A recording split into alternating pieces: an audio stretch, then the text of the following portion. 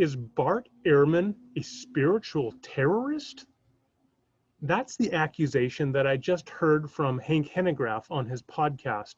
Hank Hannegraff is a very well-known evangelical and Orthodox Christian apologist who's been known for years as the Bible Answer Man.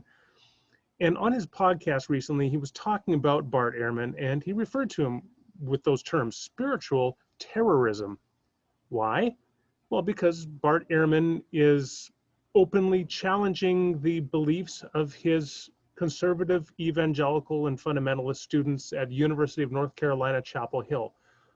Now, I have to agree with Hank in one sense that there are various points at which I certainly disagree with Bart Ehrman. Obviously, he's an agnostic, for one thing, but in terms of his scholarship, there are many points at which I disagree. I think that he gives way too much credibility, for example, to the Gospel of Peter, which he dates into the first century, along with the Synoptic Gospels. And I think the Gospel of Peter is plausibly dated into the 140s. Among other things, in his book, Misquoting Jesus, I think he's quite misleading when he talks about the number of copyist errors in the early manuscripts of the church. He says at one point, for example, that there are more variant readings between copies of the New Testament than there are words in the New Testament. Now, that sounds very impressive and disturbing until you consider that we have 20,000 Greek and Latin manuscripts in the first 5 centuries of the church. And in that period, you're going to get a lot of variant readings just because of the ubiquity of manuscripts. I mean, we have such a wealth of evidence in terms of manuscripts. There is, of course, a whole science of textual criticism in order to get back to the most reliable readings in the earliest forms of the text. And the reader doesn't quite appreciate that fact when they hear a factoid, a statistic like that. It's also very misleading because the vast majority of those variant readings are relatively trivial matters, such as spelling mistakes. So for reasons like that, I mean, I certainly have concerns with Bart Ehrman. But to call him a spiritual terrorist, again, why? Well, because as a professor, he is seeking to challenge his students and disabuse them of beliefs that he considers to be harmful and mistaken. He wants to deconstruct certain beliefs that they have. Well, isn't that something that professors always do? Isn't that something that Christian professors do? That when a Christian professor gets an atheist, a naturalist, a pluralist into their classroom, there are probably various beliefs held by that atheist, that naturalist, that pluralist, that the Christian wants to deconstruct and challenge.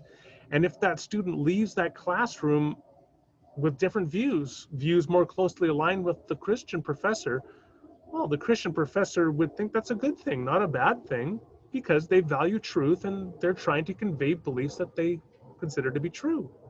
To be sure, they're not simply trying to propagandize. They also want to give you tools as to how to think. But if you end up thinking with similar ways that the Christian professor thinks, they consider that a good thing. And obviously Bart Ehrman does as well. So here's the thing. If Bart Ehrman is a spiritual terrorist because he's trying to inculcate students to hold beliefs that he holds and considers to be true and important, by the same token, Christian professors are spiritual terrorists because they are trying to inculcate students into holding beliefs similar to the convictions they hold. In that case, we're all spiritual terrorists. We're all worldview terrorists. We're all conveying some understanding of the nature of reality to our students as professors. And so we all end up being terrorists relative to the other groups. I hope you can appreciate that that's just not a very helpful way to talk about each other. All it's going to do is end up with mutually assured destruction. We end up firing our rhetorical arsenal at each other, and all you're left with are smoking ruins because we're all terrorists. Instead, perhaps we should understand with a little more charity that we can have deep, passionate disagreements with one another without demonizing the other and without calling each other spiritual terrorists.